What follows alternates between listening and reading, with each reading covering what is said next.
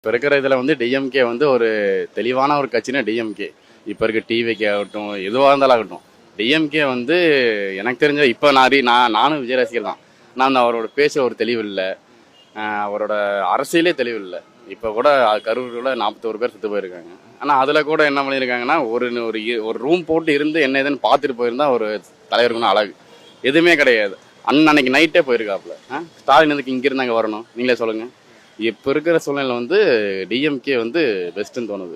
நான் இல்லை, எங்கே போனாலும் நான் சொல்லுவாங்க, ஒரு நல்ல ஒரு மினிமம் 12th காலேஜ் ஸ்டூடெண்ட்ஸ் தான் கேட்டிங்கன்னா, அவங்க ஏதாவது வந்து அவங்கள்ட்ட ஏதாவது ஒரு வார்த்தை இந்த மாதிரி போய் கேட்டிங்கன்னா கண்டிப்பாக டிஎம்கே சூஸ் பண்ணுவாங்க.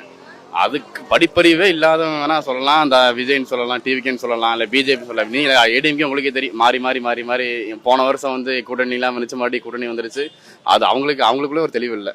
டிஎம்கேனா ஒரு பெஸ்ட்டு. இப்போ இருக்கிற வரையும் டிஎம்கே பெஸ்ட்டு. இன்னும் அடுத்த ஒரு எலெக்ஷன் வந்தால் டிஎம்கே தான். எங்கள் ஏரியா ஃபுல்லாக சைட்லாம் ஃபுல்லாக டிஎம்கே தான். என்னதான் நீங்கள் வந்து ஓட்டுக்கு 10,000 கொடுத்தாலும் 20,000 கொடுத்தாலும் கரெக்டான தலைவர் தான் பார்ப்பாங்க. இவ்வளோ கொடுக்குறேன், அது இதெல்லாம் பார்க்க போனேன். கரெக்டான தலைவர் தான் பார்ப்பாங்க. டிஎம்கே வந்து பெஸ்ட்டு, அவ்வளோதான்.